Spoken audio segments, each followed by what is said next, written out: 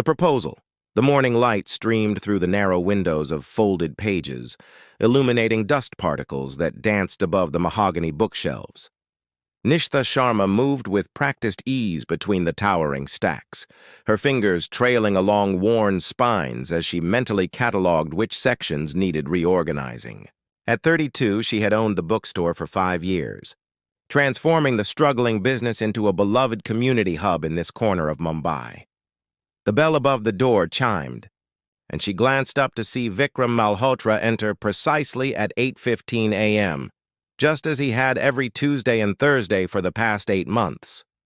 His punctuality was so reliable she could set her watch by it. "The usual?" she called out, already reaching for a fresh copy of the Financial Chronicle and moving toward the small coffee station in the corner. Vikram nodded, adjusting his wire-rimmed glasses. "Please." His voice was soft but precise, like everything else about him. As a senior data analyst at Pinnacle Technologies, Vikram lived in a world of patterns and predictions. His neatly pressed button-down shirts and methodically organized briefcase spoke of a man who found comfort in order. As she prepared his coffee, black with exactly half a spoon of sugar, Nishtha noticed something different about him today. His shoulders were tense, and he kept glancing at her when he thought she wasn't looking. "Everything all right?" she asked, sliding his coffee across the counter. "You seem preoccupied." Vikram's fingers tapped an anxious rhythm on his briefcase. "I need to ask you something," he said finally. "Something unusual." Nishtha raised an eyebrow. In 8 months of conversations about books and current events, this was the first time Vikram had ever ventured into territory that might be considered personal.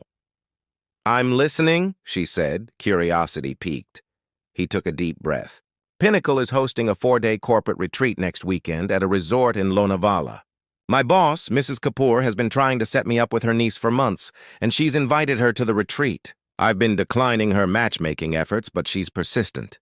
She's my boss, and I can't keep refusing without it affecting my upcoming promotion." Nishtha leaned against the counter, amused. "And this concerns me because—" "I told her I'm already seeing someone," Vikram said, his words picking up pace. "It was impulsive, completely out of character for me. But now she wants to meet this person, and there isn't actually—" "You need a girlfriend," Nishtha finished for him, fighting back a smile.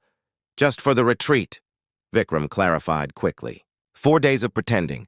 I know it's absurd to ask, but we've talked enough that I hoped you might consider it. I'll pay for everything, of course. And there's a substantial bonus in it for you." Nishtha studied him, this rigid man who seemed genuinely distressed by his predicament. She should say no, it was ridiculous after all. But something about his vulnerability appealed to her. After years of predictable days in her bookstore, maybe a weekend of pretend was exactly what she needed. "Keep your bonus," she said finally. "But tell me more about this resort. Does it have a spa?" Vikram blinked, confusion giving way to cautious hope. "I believe so. Does that mean—" "It means," Nishtha said, tapping his newspaper playfully, "that you'll owe me a substantial number of books instead, and you'll have to convince me why I should help you maintain this charade. Start talking, Mr. Malhotra. What exactly does being your girlfriend entail?" For the first time since she'd known him, Vikram smiled, a genuine expression that transformed his serious face. "Thank you. I didn't think you'd actually consider it."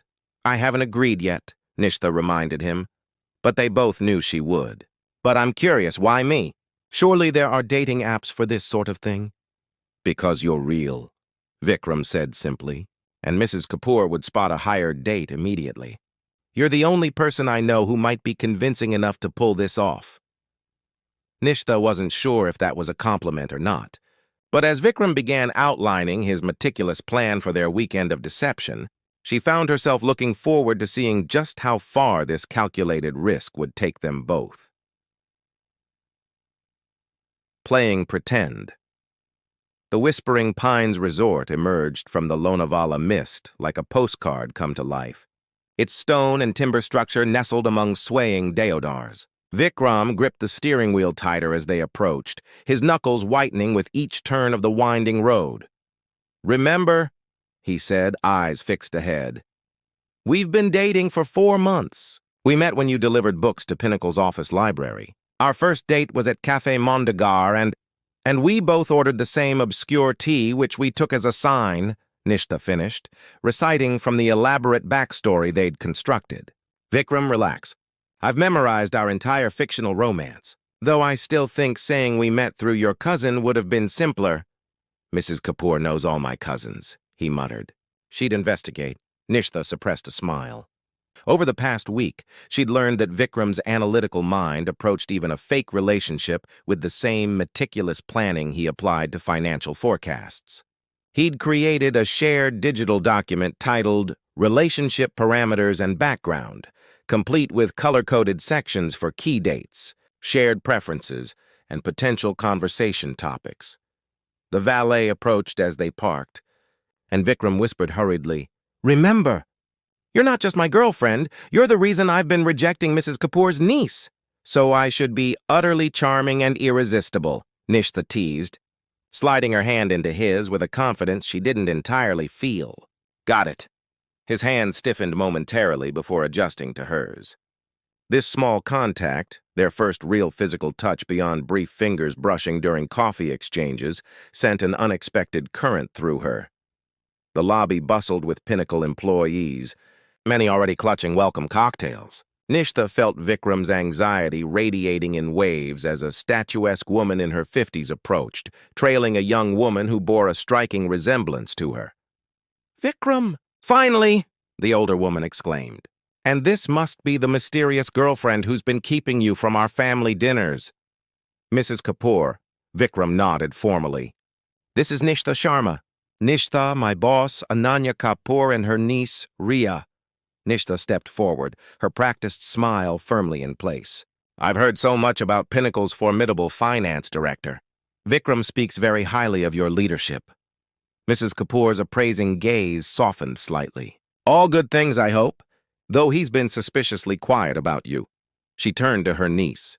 "Riya is joining Pinnacle's marketing department next month." Riya offered a cool smile. "So you own a bookstore? How quaint." "Wonderfully quaint," Nishtha agreed cheerfully. "Though I imagine not as exciting as marketing." "What's your specialty?" As Riya launched into a detailed explanation of her digital marketing expertise, Nishtha felt Vikram's hand press gratefully against the small of her back, a gesture that seemed both protective and possessive. The next hours passed in a blur of introductions. Nishtha met Dhruv, the overly friendly sales director who clapped Vikram too hard on the back. Priyanka, the quiet HR manager who watched everyone with observant eyes. And Arjun, Vikram's direct report, who seemed surprised to discover his reserved mentor had a personal life at all. "You're nothing like I expected," Arjun confided to Nishtha during the welcome dinner, his third glass of wine loosening his tongue. "Vikram's so structured, but you're chaotic?" she supplied with a laugh. "Alive," Arjun decided. Never seen the boss smile so much. "It's unnerving." Later, as they followed a resort attendant to their shared room, a detail Vikram had apologized for repeatedly, Nishtha realized with surprise that she was enjoying herself. There was something liberating about stepping into someone else's life, even temporarily. "You were perfect," Vikram said quietly as the door closed behind them. "Mrs. Kapoor is completely convinced." "The weekend's young," Nishtha reminded him, surveying the room with its single king-sized bed dominating the space. "Plenty of time for me to slip up spectacularly."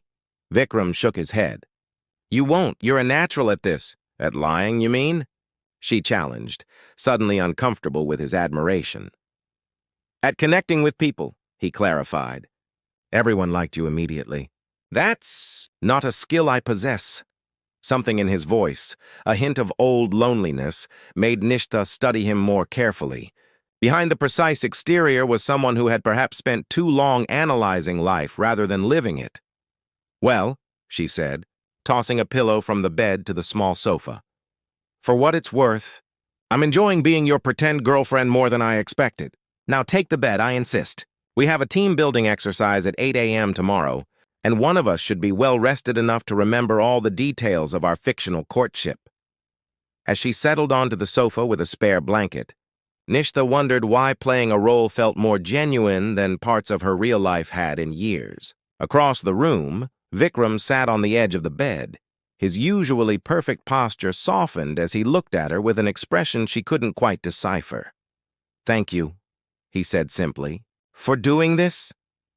"Just don't forget those books you promised me," she replied, turning away before he could see the unexpected warmth in her smile. Unexpected complications. The morning sun bathed the resort's sprawling gardens in golden light as Nishtha joined a group of Pinnacle employees for a pre-breakfast yoga session. She moved through the poses with practiced ease, aware of curious glances from Vikram's colleagues. Their whispers carried across the dewy grass. "They're so different." "Never thought Malhotra had it in him." "Must be serious if he brought her here." Nishtha closed her eyes, focusing on her breath rather than their speculation. She'd spent just 2 days pretending to be in love with Vikram, yet already their fabricated relationship felt strangely familiar, his hand automatically reaching for hers during walks, the way he inclined his head when listening to her speak, the private jokes they'd developed about his co-workers. After yoga, she headed to the breakfast buffet where Vikram waited, meticulously arranging fruit on his plate. He looked up as she approached, his expression brightening. "You survived the corporate downward dog," he observed, passing her a cup of tea prepared exactly as she liked it. "Barely," she laughed. "Your HR director is surprisingly competitive about her warrior pose." He smiled, a genuine expression that transformed his usually serious features. Nishtha was still adjusting to this version of Vikram, more relaxed away from his office, occasionally even playful in their private moments. "Today's agenda is mercifully light," he said. "Just the strategy presentation this morning, then free time until the formal dinner." Nishtha nodded, spreading jam on her toast. "Perfect. I brought a new book I've been—" "Vikram?"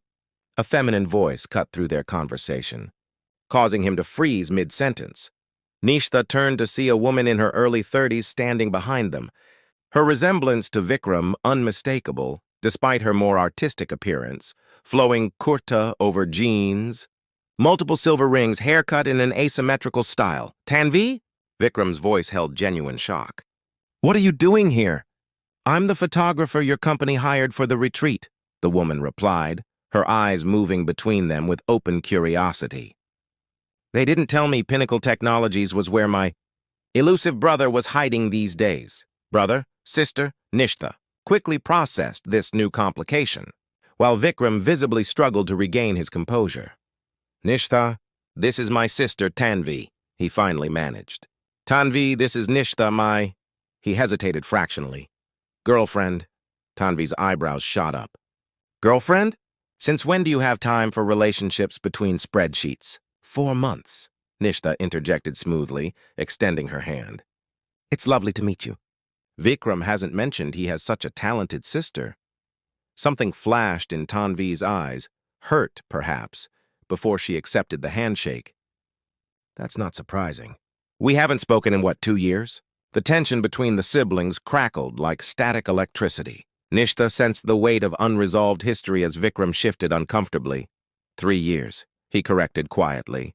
Not since Dad's retirement party. Mrs. Kapoor chose that moment to approach their table, clipboard in hand. "Vikram, the presentation starts in 15—" She stopped, noticing Tanvi. "You've met our photographer." "Wonderful. Ms. Malhotra has an impressive portfolio. I had no idea you two were related." "Estranged, actually," Tanvi replied with brittle cheerfulness. "But don't worry, family dysfunction won't affect my work." Mrs. Kapoor's smile faltered. "Well, I'll see you all in the conference room." She retreated tactfully. An awkward silence descended until Tanvi sighed. "I should check my equipment. Nishtha, maybe we can talk later? I'd love to hear how you managed to penetrate my brother's carefully constructed walls." After she left, Vikram pushed his plate away, appetite gone. "This complicates things." "She knows you," Nishtha observed. "Really knows you, unlike everyone else here." "Precisely the problem," he agreed. "She'll spot inconsistencies in our story immediately." Nishtha considered this. Then we adjust. Tell me about her, the real history, not the sanitized version. Vikram's expression closed. There's nothing to tell. We chose different paths. Vikram, Nishtha said gently, if I'm going to convince your sister we're genuinely together, I need to understand what happened between you. Something in her tone reached him. With visible reluctance, he began speaking, his voice low. Our father wanted us both in finance. I complied.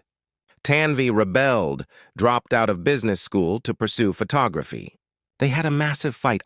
He swallowed. I sided with our father. Told her she was being irresponsible, throwing away security for a hobby. And now she's successful enough to be hired by Pinnacle, Nishtha noted.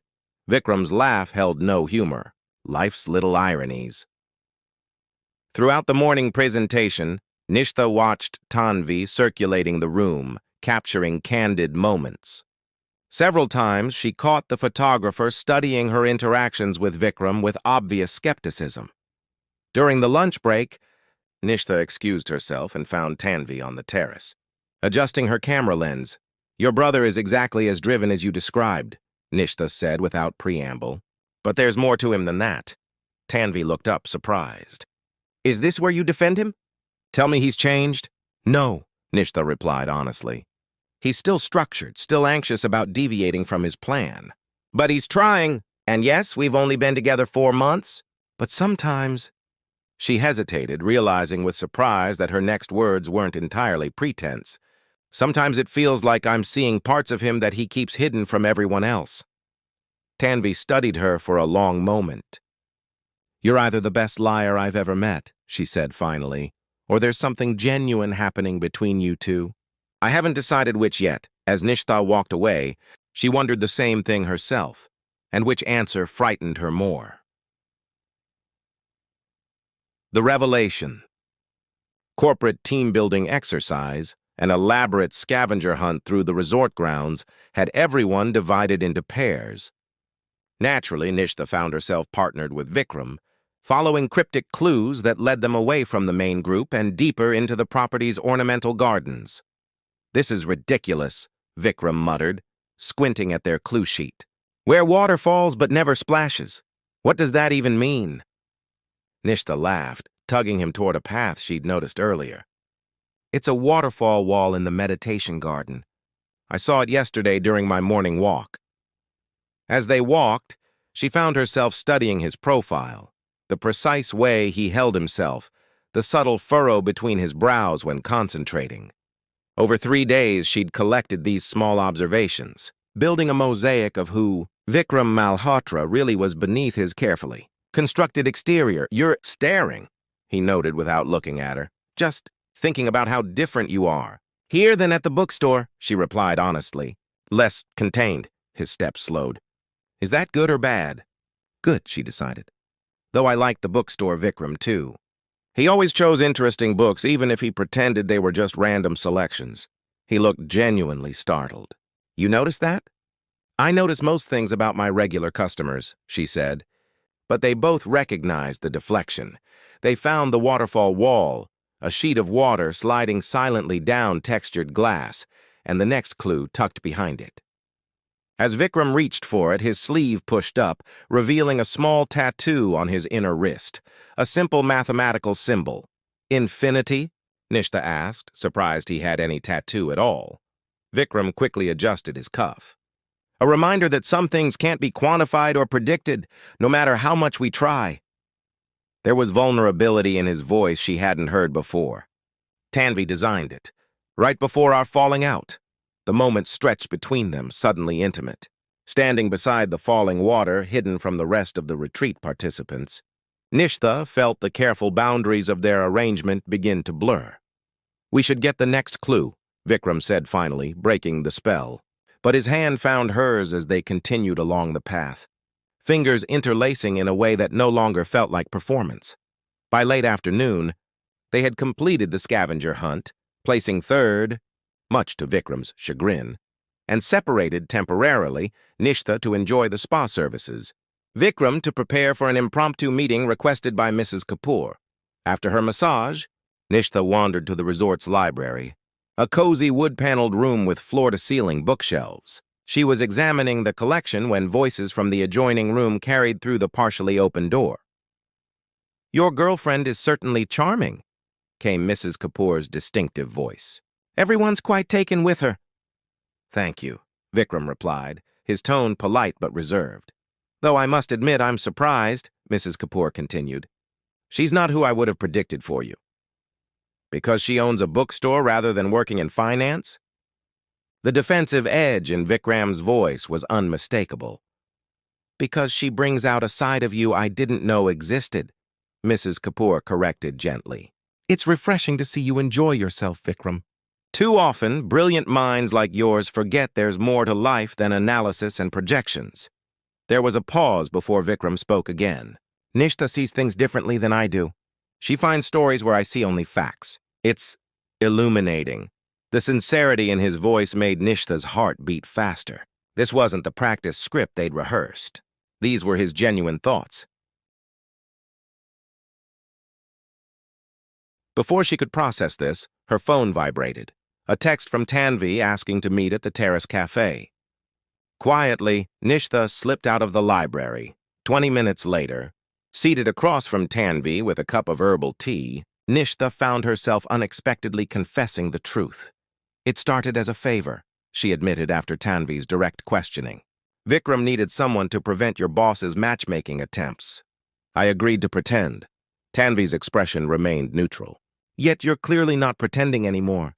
At least not entirely." Nishtha stared into her cup. "I don't know what I'm doing," she admitted quietly.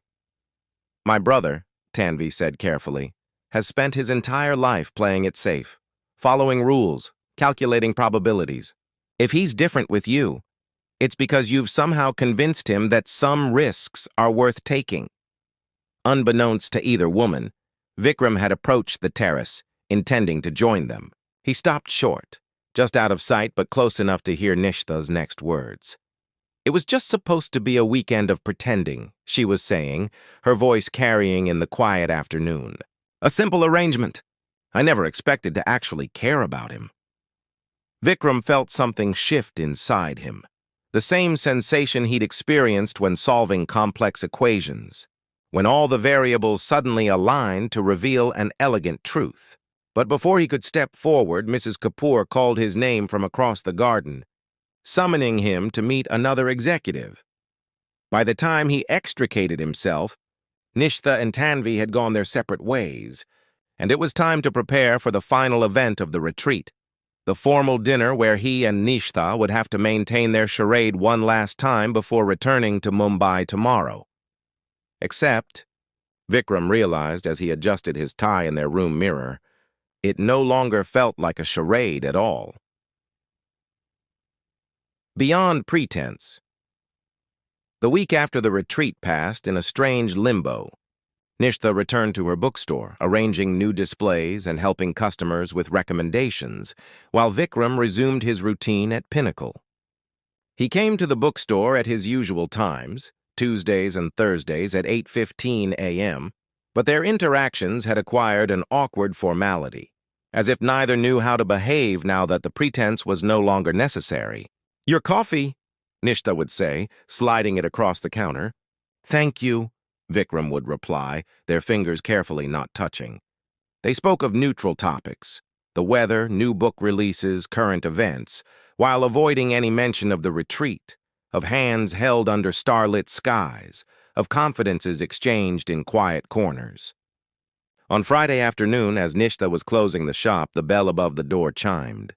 She looked up to see Tanvi Malhotra standing there, camera bag slung over her shoulder. "Your timing is terrible," Nishtha remarked. "We close in 5 minutes." "I'm not here to buy books," Tanvi replied, setting her bag down. "I'm here because my brother is being an idiot." Nishtha sighed, abandoning her closing routine. "I think we established that at the retreat." "Not about our family drama," Tanvi clarified. "About you." "There is no me and Vikram," Nishtha reminded her. "That was the arrangement, a weekend of pretending, nothing more." Tanvi leaned against the counter. "Except it became something more, didn't it? For both of you." "It doesn't matter," Nishtha said quietly. We're too different. He lives in spreadsheets and statistical models. I live in stories and possibilities. And yet, Tanvi observed, you both found something in each other worth holding on to. I saw it, and I wasn't the only one. Before Nishtha could respond, the bell chimed again. Vikram stood in the doorway, clearly surprised to see his sister there. Tanvi, what are you doing here? Leaving, Tanvi announced, picking up her bag. I've done what I came to do. She paused beside her brother, lowering her voice. She's worth the risk, Vikram. Don't analyze it to death. With a meaningful look between them, she departed, leaving an echoing silence. Vikram approached the counter slowly, placing a small wrapped package on its surface. I brought the books I promised you, he said. For the retreat. Nishtha unwrapped the package to find not the bestsellers she'd expected, but a rare first edition of her favorite poet's work, an author she'd only mentioned once, in passing, during their weekend together. How did you remember this? She asked, running her fingers over the embossed cover. I remember everything about you, Vikram admitted, his usual precision giving way to something more vulnerable. The way you arrange books by emotional resonance rather than alphabetical order. How you talk with your hands when excited. The fact that you hum classical ragas when making coffee. Nishtha looked up, meeting his gaze directly. What are we doing, Vikram? I don't know, he answered honestly. The statistical probability of a reserved data analyst and a free-spirited bookstore owner finding common ground is admittedly low. A smile tugged at the corner of his mouth. But I've been calculating some new variables. Such as? Such as the fact that I haven't stopped thinking about you since we returned from Lonavala. Or that for the first time in my life I'm considering something without a predetermined outcome. He took a deep breath. I heard you, on the terrace with Tanvi, when you said you actually cared. Nishtha felt heat rise to her cheeks. You weren't supposed to hear that. I'm glad I did, he said simply, because I feel the same way. She studied him. This man who had walked into her bookstore at precisely 8:15 a.m. twice weekly for months, who color-coded his relationship notes, who had shown her a side of himself few others ever saw. So what now? She asked. We don't have a script for this part. Vikram reached across the counter, his fingers lightly touching hers. Maybe we don't need one. Maybe we just see what happens. The man who plans everything, suggesting we improvise? Nishtha smiled. Mrs. Kapoor was right. I have been a terrible influence on you. The best kind of terrible, he agreed, his smile mirroring hers. As the last light of day filtered through the bookstore windows, illuminating dust motes dancing between shelves of stories, Nishtha made a decision. She flipped the sign on the door to closed, turned back to Vikram and asked, Would you like to get dinner? For real this time. No pretending. Vikram nodded, the careful analyst giving way to the man who had finally learned that some equations couldn't be solved through calculation alone. I'd like that very much. 6 months later, when Vikram brought Nishtha to his parents' home for dinner, his mother would present her with a family heirloom, a vintage watch that had belonged to his grandmother. For the woman who taught my son there's more to life than numbers, she would say. And when they returned to the Whispering Pines resort on the anniversary of their unusual beginning, they would find Tanvi waiting to photograph them, not pretending anymore, but finally, genuinely together. What had begun as a calculated risk had become the most authentic choice either of them had ever made.